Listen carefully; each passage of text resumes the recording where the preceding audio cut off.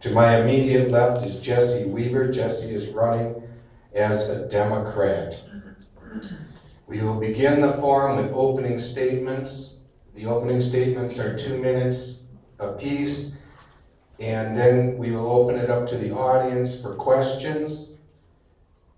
We remind you that we want you to ask questions and not deliver comments or statements. So please be concise and have a question prepared. Beyond that, we will conclude with closing statements. By virtue of an earlier agreement, it was decided that Dennis Richards would begin with the 2-minute opening statement, followed by Jesse, and we'll reverse that order at the end. So, Dennis, would you please commence your opening statement? Sure. First of all, can everybody hear me okay? All right, please let me know if you can't. I'm not much for a microphone. Again, my name is Dennis Richards. I am 54 years young, and I have been a Columbia County resident for just over 45 years. To try to make it a little bit of how I got into this, my wife did daycare, and she babysat for one of the Columbia County deputies. And I had always had an interest of being in law enforcement, and I started riding along after my day shift with the deputy. Did that for a total of 3 years, and the last year and a half I did it full time. He worked a PM shift. When I was done with my day shift work, I would come home and change and hop in the squad with him until he was done work. I have 3 adult children. I can probably say all out of the house, and 2 grandchildren, grandson and a granddaughter. In my career, I started with Columbia County Sheriff's Department in 1990 and was sergeant for 8 years, DARE officer, and still a DARE officer today.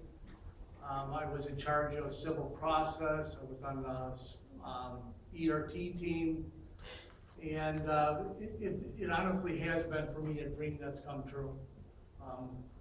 One of the things that my goal in life, even before it was big on TV, was to be in law enforcement.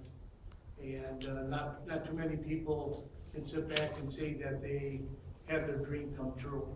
Everything beyond that, whether it's the sergeant's position on the ERT team, a hostage negotiator, currently sheriff, is all frosting on the cake. My dream was to be in law enforcement, and that dream came true. I want to thank all of you for the invitation to come in and speak with you today, and hold the stop. Jesse. Good afternoon, and thank you, Dennis, my opponent, for showing up today to answer questions. Thank you, Optimist Club, for this opportunity, and the government class that is participating as well. It's very important. My name is Jesse Weaver. I will be 38 years old in January when I'm sworn in as your next sheriff. I've spent 16 years in law enforcement. 16 years in law enforcement, and how did I get there? I grew up and graduated in the Wisconsin Dells area. I went on and got my 4-year degree in criminal justice from Winona State University in Minnesota, where I met my beautiful wife, Melanie. Together we have Blake 6 and Clara 9. Together, the 2 of us own and operate 2 very successful small businesses. About 12 employees in one of them, depending on the time of the year. I served 9 years on the Wisconsin Dells School Board, 2 as the board president, responsible for close to a $22 million budget. I was also elected to a term of town chairman for the town of Newport, which is just east of Wisconsin Dells. In my 16 years in law enforcement, with my education and my other background, I served as a school liaison officer. I served as a DARE instructor. I served on both the then Columbia County Drug Task Force, the Sauk County Drug Task Force. I served as a sergeant, which unfortunately in March, I made a personal decision to resign from that post, being an afternoon position, to work day shifts so I could at 2 o'clock take my uniform off and go to functions such as this. Make a personal decision to better my career and take my experience to be your next sheriff. Today I hope to answer, and I certainly will answer all of your questions, but I think some important issues are the current drugs in Columbia County, budget, and the morale in the Sheriff's Department. So I look forward to answering each and every question today. Again, thanks for this opportunity. Okay, thank you, and that concludes our opening statements, and now we open it up to audience members to ask questions of the candidates. Please raise your hand if you want to ask a question. Again, please be direct, and I will identify the people to ask the questions, and please identify yourself before you ask the question. I guess we're going home, guys. Ted? I would like both candidates to address sort of what they think is the most important thing that they are running into right now in the work. Thank you. Unfortunately, that's a very loaded question that will probably take the next 45 minutes to answer, probably in segments. Drugs across the county, and I hope I can discuss more of it. I know we're limited. 46 deaths in Columbia County from 2010 to 2014. So the last 4.5 years, 46 deaths across Columbia County, to include overdoses and motor vehicle accidents. This does not include suicides or other means of death where drugs were present. In Columbia County, there was, in 2012, according to the Department of Health and Human Services of the state of Wisconsin, in 2012, Columbia County had 178 drug-related hospitalizations. Let's put this into perspective. If you add Sauk County, Juneau County, Adams County, and Marquette counties, they total 160. Columbia County had 178. Sauk County, kind of a sister county, demographically, geographically, 6,000 more residents than Columbia County, 32. Columbia County had 5.5 more times hospitalizations drug-related than Sauk County. People ask, why is that possible? How does that happen? Columbia County just came their drug task force back in 2004, 2005, federal funding dried up. Most sheriff's departments followed suit. Columbia County did not follow suit by reinstating the task force. Sauk County never disbanded theirs. They kept theirs going through those tough times, and I think it really shows the amount of lives that are being saved in Sauk County and the great reduction in hospitalizations. Thank you. Dennis? Thank you for the question. I believe it is, drugs is probably the biggest issue, simply because it's an issue that no law enforcement has been able to get control of nationwide. This is truly an epidemic with the heroin and prescription drugs. Columbia County, you know, what's too many deaths? One is too many deaths. And it's true, we did get rid of the drug task force way before I was in this position. No grant money is available to restart that. As far as Sauk County goes, last time I checked, Sauk and ours are very comparable. And I believe Sauk had more overdoses than Columbia County did. Their drug task force is not paid for by the sheriff or the county. The chiefs in the majority of the police departments that are in their drug task force all started law enforcement at the same time as the sheriff did. And as he told me, it's just a mutual agreement between the chiefs, their committees, that allow them and their staff to go outside of the jurisdiction to work this drug task force. This is, I think, crucial to my staff that has, you know, gone up and beyond to try to get a hold of this. And this, I think this issue is well beyond the arrest and jail, because they're coming out of jail and they're going right back to the drug. Next question directed first to Dennis Richards. Yes, sir. And identify yourself, please. Kenneth Paltas. And my question is, do you believe, since you two have gone in or joined law enforcement, has public approval of officers or like the relationship deteriorated or gotten better? I believe it's gotten better. We have always been, and even more so, proactive, very, very involved in presentations, community presentations. We've come to this school, we've gone to different functions. I have probably two of the most dedicated canine officers that go to multiple speaking engagements and appearances yearly. And that's a key part, because I've always said that many of our issues, I don't want to seem wrong here or disrespectful, a fire department or fire personnel gets much more things than law enforcement. Simply because a lot of times when we make an arrest, we make one person happy or one family happy because maybe that person stole property from them. But the person that we arrested and their family is probably not real happy with us. So I think our community involvement, our speaking engagements, we have tours at the jail, we do things through the county with different youth groups that come in and are able to tour the different county organizations to see how things run. And I think that's very, very important for them to understand us, not only as a deputy sheriff, but as a police officer, that we have a job to do, but, you know, we're a person too, and we can be respectful. Thank you. So nationally, yes, law enforcement's been taking kind of a beating lately over a couple of situations.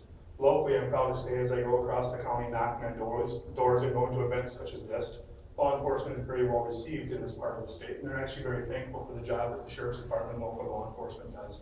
I'm very proud to be part of that, and I look forward to continuing that commitment. I do want to touch on a few things from the last question since I've got some time, just to clarify. Sauk County Sheriff's Department, Chip Meister did go to the county board and asked for and received an $80,000 temporary position or funds for their countywide drug task force. The Columbia County Sheriff's Department, within their budget, has $82,400 and some dollars allotted to drug enforcement. To date, they've used $29,000 out of that 82.5.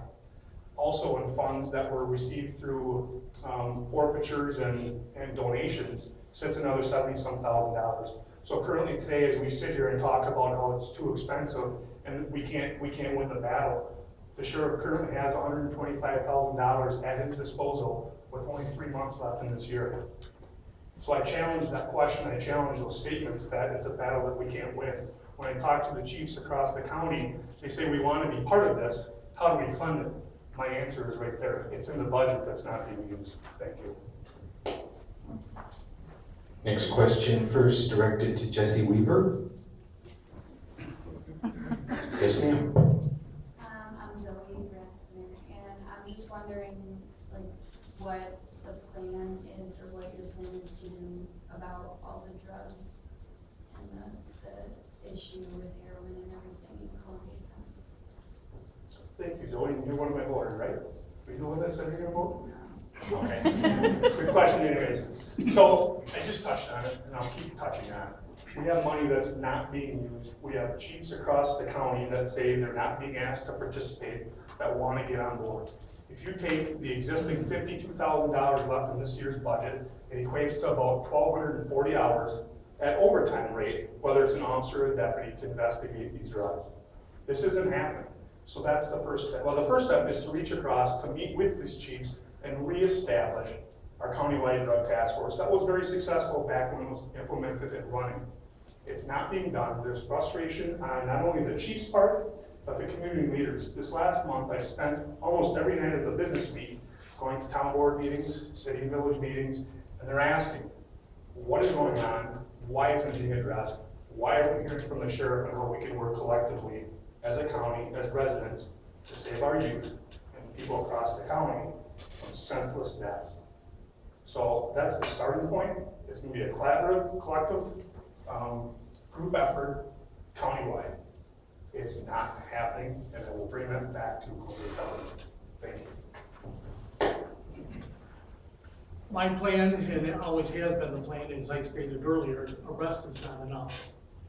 I'll give you an example. Here within the last probably 3 weeks, we had a gentleman that was ultimately dead in a local establishment in the city of Portage. He was brought back by a shot of Narcan. Taken to the hospital, spent a night in the hospital. 2 days later, we arrested him for buying the same drug. If anything, it should tell the people how big of an issue this is. It's not as simple as arresting, sending them to court, and turning them loose. I have offered for the last 3 years to the police chiefs to send staff to be trained with my drug unit so that they are more able to do this.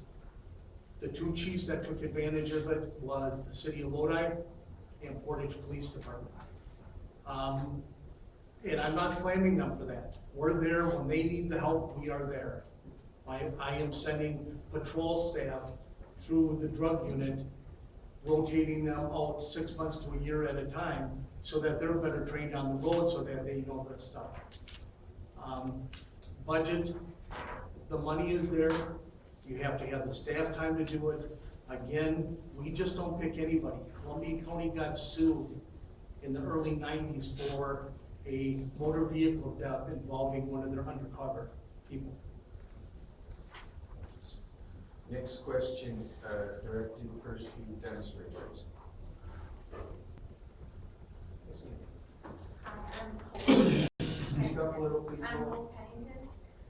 I just have a question about the drunk driving laws in Wisconsin. I don't really know. I think it's just open-wide, just a state law in general. But how do you guys feel about our Wisconsin being like one of the worst states involving drunk driving laws, and how weak we are with being strict on those laws? How we give so many warnings before. Did you say drunk or drugged? Drunk. Drunk? You know, that, again, that's a tough issue that we deal with all the time. The state, they suspend their license, they drive. There's some people, again, my father was an alcoholic, so it's an addiction. And it's something that the people deal with, but the problem is that they tend to deal with it by getting behind the wheel. The only thing that we can do is come out there, fight the fight, arrest the people, and until the laws change that make it more severe, to a degree, other than the arrest and the enforcement, our hands are tied, and so are the district attorney's office. Thank you. And when you ask for clarification on drunk or drug driving, statutorily, they're the same. And with the current drug epidemic, unfortunately, the amount of people that are driving impaired, whether it's drugs or alcohol, is greatly increasing. The state of Wisconsin is, and a little disclaimer, as the sheriff, I don't make the laws, I enforce the laws, we work within the statutes. So the state of Wisconsin currently is the only state within the union that first offense isn't a criminal offense. Are we gonna change anytime soon? Probably not. But the state legislature over the last couple of years did increase the severity of drunk driving and such offenses. They lowered down from 5th offense to a 4th offense being a felony, and many more penalties in between. And what that's done in talking to the Tavern League in Columbia County, because they get their funding for their ride share off of the amount of OWI arrests, OWI arrests are actually decreasing in the state of Wisconsin. So I think the legislators that have enacted new laws to be a little bit tougher, they're not to where we need them to be, but to be a little bit tougher, I think that the results are showing. And that's something in Madison, it's something that you're hearing right now out on the trail as people are running for Senate and Assembly. It's things they're addressing, and they see the need, they see the changes that have come with what they've done, but they understand they're not done yet. Too many innocent lives, children, adult children, parents, grandparents, doesn't matter who you are, OWI deaths do not discriminate. And as your sheriff, I will take a very hard stance on drunk and drug driving in Columbia County. Thank you. Yes, sir. To Mr. Weaver. My name is Brad Graff. You made a comment in your opening statement about one of the bullet points being morale issue at the sheriff's office. What's your goal to fix the morale issue? What's your plan? Thank you, Deputy Graff. So, Columbia County, under the control of the sheriff, there's 107 budgeted positions. That's an ultimate responsibility as the sheriff is the leader of those employees responsible for them and their families. So as I talk to employees, whether it's deputies, jailers, dispatchers, or support staff, a common theme that I hear is morale. Now, don't get me wrong, morale in today's workforce is a commonly sometimes overused theme. But let's break this down and look at Columbia County. Over the last 8 years under Sheriff Richards, 46 employees have left his department. Keeping in mind there's 107, so nearly half of the department in 8 years has left. If you look at the same time frame, 8 years prior to Mr. Richards taking over as the leader of 107 employees, 27 employees left. So the amount of people that left has nearly doubled. And some people ask, what about retirements? The retirement rate under Steve Roll, the previous sheriff, was 12.5%. Retirement rate under the current administration is 15%, 2.5% margin, I'm gonna say it's the same. So, the question is, what is the problem for morale? It's there.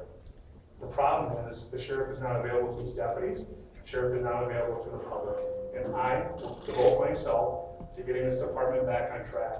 It's full of young, dedicated, professional, and educated employees and staff that deserve better leadership.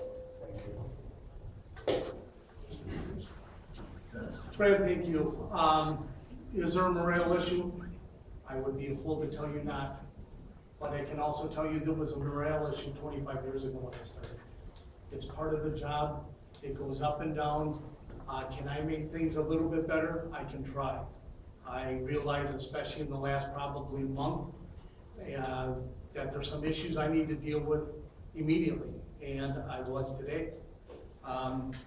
I know as a prior road deputy, the fear or the uncomfortableness of coming up and saying stuff, whether it's another deputy, because you don't want to get involved. Retirements, I was just at training yesterday, put on by MATC. And the lady stated there at the very beginning, 5 years is the average length of employment now. So when Steve Rowe was here and had 12%, me, I believe Jesse said 15%, that's 8 years. That's 8 years added on to the people. I know when I started, there was a mass exit because of the early retirement. So there was a bunch of us in the same age, and then there was other ones that were, of course, a little bit older. Many of the people that left have chosen not to do this, and very few of them got back into law enforcement. If they did, it was part-time. They went on to nursing, they went into insurance. Again, it might be just the time. I know it's countywide. Next question to Dennis Richards, initially. Yes, sir. Does the sheriff's department, I guess I should say, does the sheriff have any influence on whether the person who is in trouble gets imprisonment or rehabilitation? That is usually all dealt with the district attorney and their attorney. We make the arrest or we forward the report to the district attorney's office. And we may have some input as far as the deputy that made the arrest and their involvement. But ultimately that's up to the court system, whether it's a district attorney's office and the judge themselves on the requirements that they put on them. Yes. Thank you. So my job as your sheriff is to enforce the laws and be strict on the front end as swiftly as possible to bring perpetrators, defendants in front of the court. That's my job. That's the deputy's job. So it's not to persuade. It's not to interfere with the justice system. Back in 2013 in June, when we were working on a case, a retired chief of police selling synthetic marijuana, killing kids across America, killing kids in Wisconsin. He is now sitting on 6 felony charges and I believe 33. There's 39 total criminal charges. Sheriff Richards, before the preliminary hearing, called the assistant district attorney that was handling that case and said he would not release any Columbia County Sheriff's Department reports unless that DA or assistant DA reduced the felony charges down to a county ordinance. This is a drug dealer. This is a retired chief of police that knows the law, that knows the impact on the communities and the children that are being influenced by it. That to me is unfathomable. I am not going to be the sheriff that allows that kind of conduct in my county. I can't explain it. And I don't know that he can either. Thank you. Next question directed first to Jesse Weaver. It's like whack-a-mole. I'm Sheila Lansford and I live in West Point. I'm Sheila Lansford and I live in West Point. I wanted to know about what you think about, juveniles and juvenile justice and putting kids up at adult court when they're under 17 and that type of thing. Like, what do you think is, what's your policy or value systems and what do you think should be done? Very good question. It's a current theme throughout the country now, so thank you. So when we're talking about the juvenile system and adult system, currently in the state of Wisconsin statutes, all you want is you're 17 as the suspect or the defendant, you're an adult. If you're under 17, you're a juvenile. There are some extenuating or serious situations with homicide, sexual assault, and some very serious crimes where they may be treated as an adult. There's typically more extenuating circumstances behind that, and that can certainly be better answered by somebody from the district attorney's office, either at the county or the state level. If you've been following the media right now, Madison is looking at implementing a system, kind of a first offenders program between 17 and 25.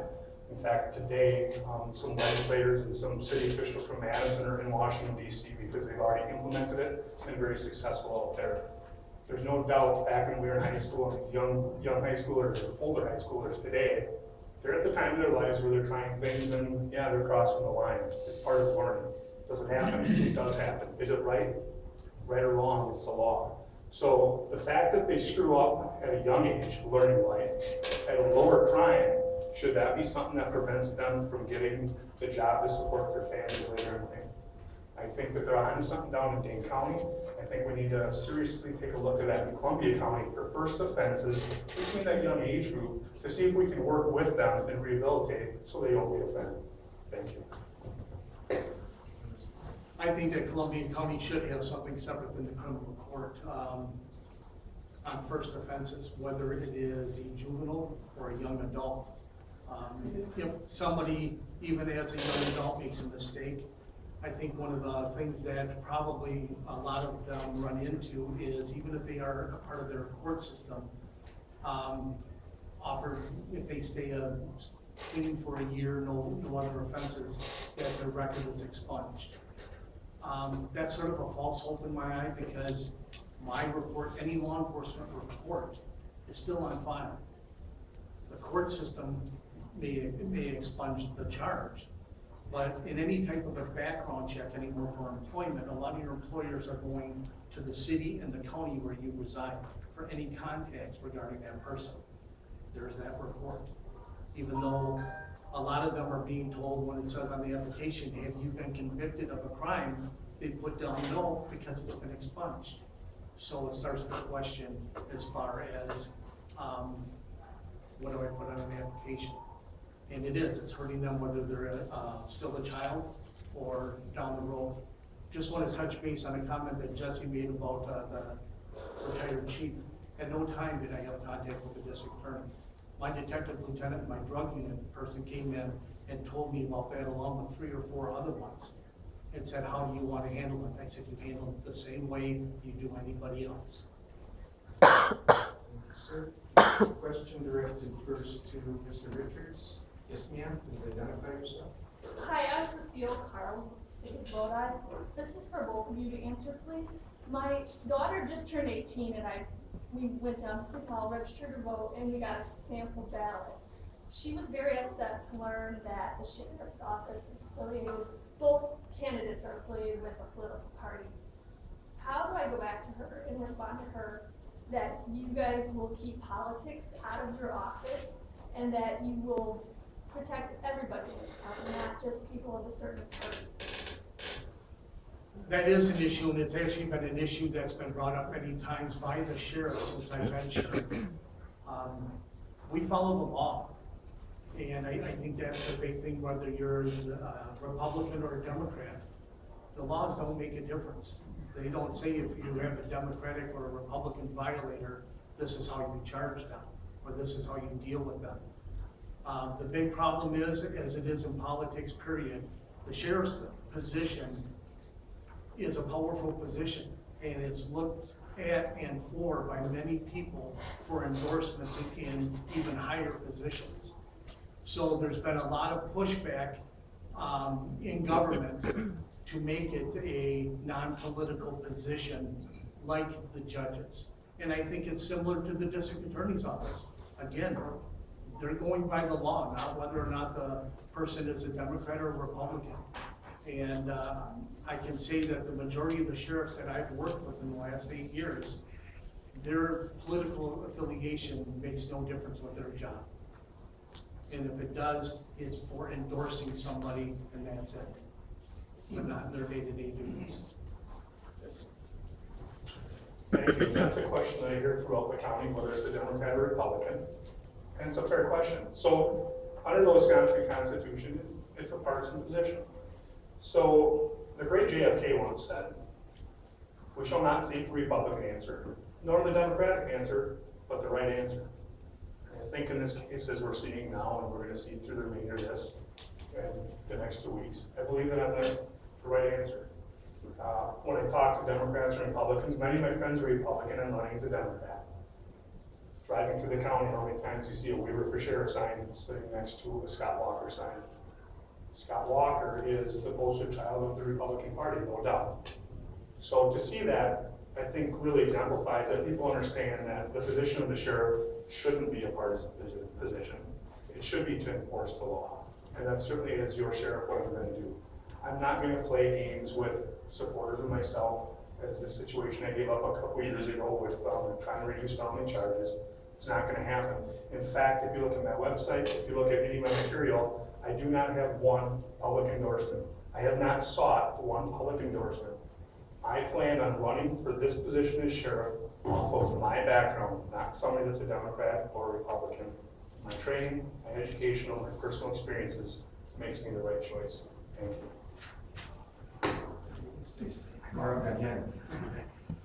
Yes, sir.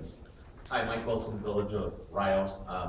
Interest of full disclosure, I'm a detective for the City of Sun Prairie Police Department and a Rio firefighter, and one of 4 investigators in Dane County on the Internet Crimes Against Children Task Force, which leads me to my question about that.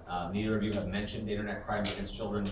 I would argue that you do a large number of investigations of child sexual assaults, and there's a lot of child pornography out there that's not being addressed on either a state or a local level. So I would ask you what your position is as far as the Internet Crimes Against Children Task Force and what your plans are to engage that issue in the future. Thank you. It's a very serious question and one that's certainly not going away anytime soon.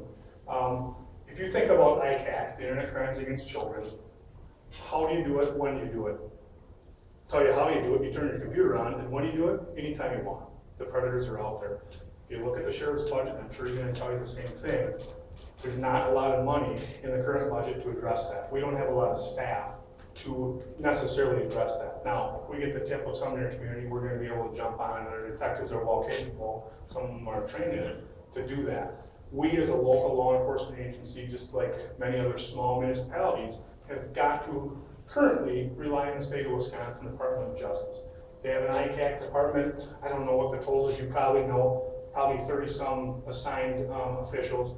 That's one thing that J.B. Van Hollen did as our Attorney General was, he, I think, at least doubled the amount of people that were assigned to ICAC. There's no doubt it's serious. There's no doubt that anytime one of our children turns on their computer and now their cell phone, they can that quickly be the victim of a predator just waiting to latch onto them. It's very serious. It's something that our legislators need to keep addressing and need to find a way to fund the local or the smaller departments such as Columbia County so we can address it at a local level. Fact is, we can pull from all over the world. Where do you start? Where do you stop? We certainly can't stop, but we need resources locally to do it. Thank you. We have, again, used Department of Justice to assist us in some of the complaints that have worked with the deputy and or usually as a detective.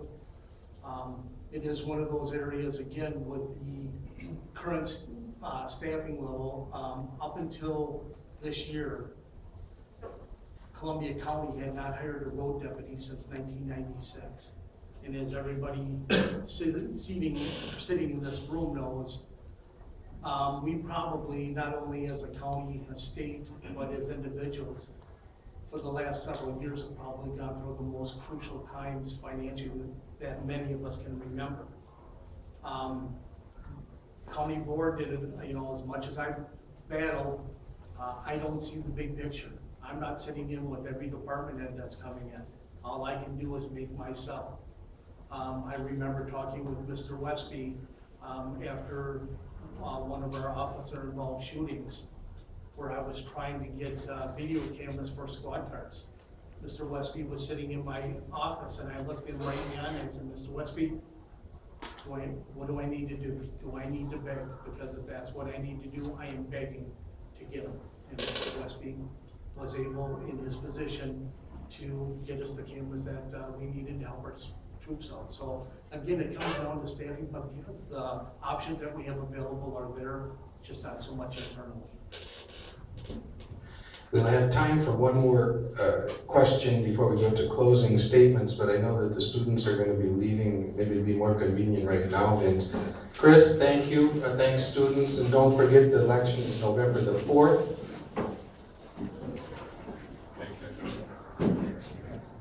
Usually where you have a commercial break, but we have no commercial sponsors.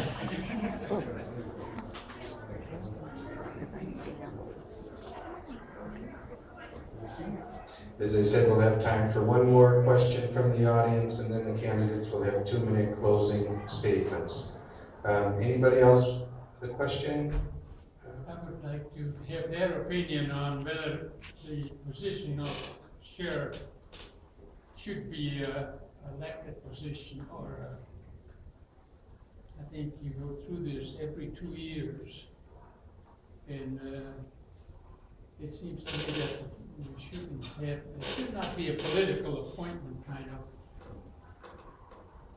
I'm not sure who goes first. I believe you go first, Dennis. Thank you. If you're asking me right now, I'm telling you, heck no. It should not be an elected position. You know, I think the nice part about it is, and trust me, there's not many nice things about it, is I'm sure Mr. Weaver and his wife will say this takes a lot of you, not only you, but your family and your friends. But I think as a citizen, taxpayer, it's sort of nice to say, you know, I've got the opportunity to make a change if I'm not happy. And that's one thing that for a lot of, you know, it's hard to get rid of an employee, whether it's a police chief or a police officer, anybody like that. In the public sector, it's tough to get rid of them. You've got to have some pretty good things. You know, I think that's one of the things that is nice about it. I think the thing that is bad about it is that, you know, depending on the time that the election comes, you know, what's being said, what has happened in your position, in your jurisdiction, finances, everything, you know. And at one time I sat in Jesse's seat where I had nothing to go off of as far as the position I'm running for.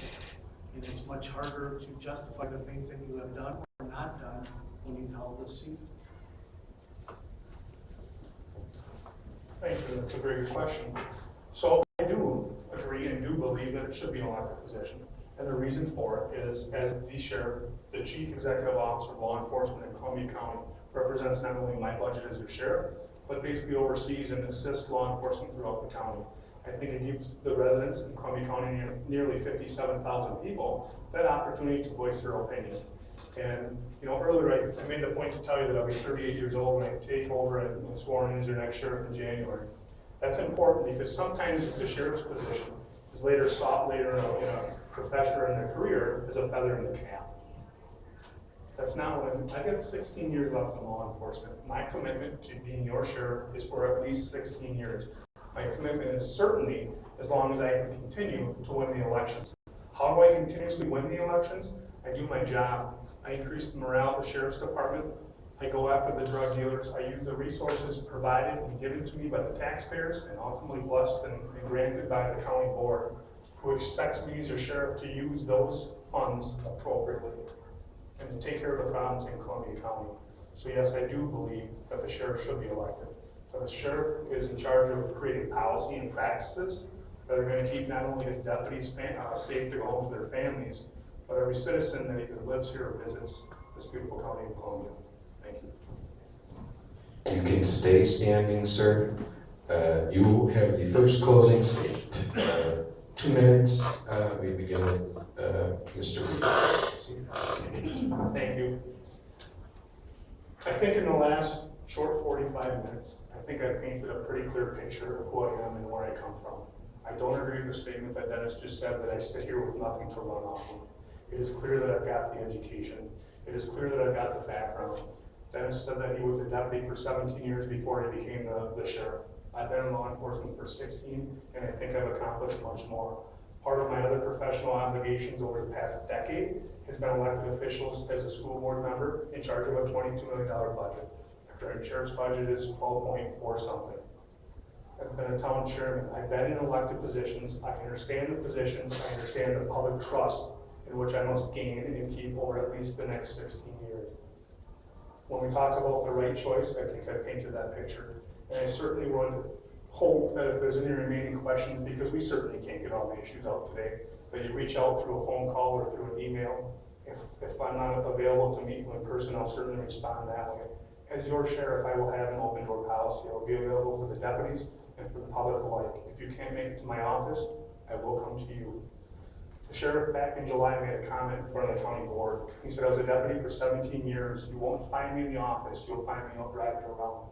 My question to you, the voters that will make a decision in 2 weeks from now, is how do you operate a staff of 107 and a $12.5 million budget at 55 miles an hour? That to me isn't responsible. I've got the background, I've got the education, I've got the commitment. With my commitment to community, my dedication to progress, and your vote on November 4th, we together will make Columbia County a better and safer place to live. Thank you. Thank you. Again, thank you for letting me come in here. Jesse was partly right on a statement he made that I said at the county board. What I said at the county board is unless of course I've got a meeting or something else, I start and I end my day driving different areas of the county. I do that so I don't lose touch. I don't sit in the office 9, 10, 11 hours a day. I go out, I back up my deputies. If I'm close, times I'm there first. So again, that is part of my way of still keeping in touch. So when these gentlemen come up or are asking for equipment or something that's going on, I haven't been in the office for eight years and untouched. I started out as a deputy. I'll retire as a deputy. And that's part that's very important to me. I stop and I meet people that are out mowing their lawn, walking to their mailboxes. I think one of the things that I want to make a promise to you, all of you, from the first day that I started this employment, when I put this uniform on, my goal, not only because I love my job just as much now as I did then, was to make this day just a hair better than the day before. Not only myself, but hoping my staff can be there and help me do it. And I think I've done that. And I think my staff is the big reason that I've been able to do that.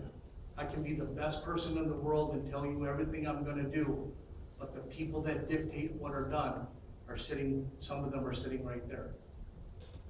And I don't wanna lose touch with that. You can ask, I've had guys that have made traffic stops at 3 o'clock in the morning, and all of a sudden, here I am. I got a retired Lodi officer up there, Mr. McGowan, worked probably his whole career or almost midnights. I would pull up and see him 2, 3 o'clock in the morning. Thank you. Thank you. Thank you to both of our candidates. Dennis Richards, on my far left, the Republican candidate, Jesse C. Weaver, the Democrat candidate, to my near left. Let's give both candidates a round of applause, please.